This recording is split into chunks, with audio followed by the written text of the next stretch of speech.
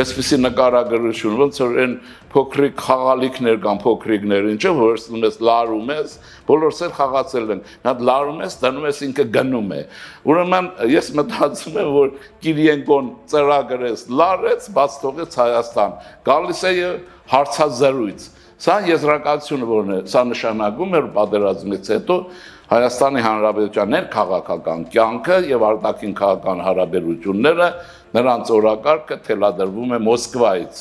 որովհետեւ հակադարձում է սկսվում, հարձակում եւ հակադարձում։ Մենք մեր օրակարգով չենք ապրում։ Մոսկվան իր մարդկանց միջոցով, այդպես ասենք, մեր երկրի ներքին արտաքին եւ այլն կյանքը սփյուռքով ընդգրկած օրակարգը ուրեմն թելադրում է եւ ենթարկում այդ ապակայունացման գործընթացին։ Հավանիր տեսանյութը եւ բաժանորդագրվիր նորությունները բաց չթողնելու համար։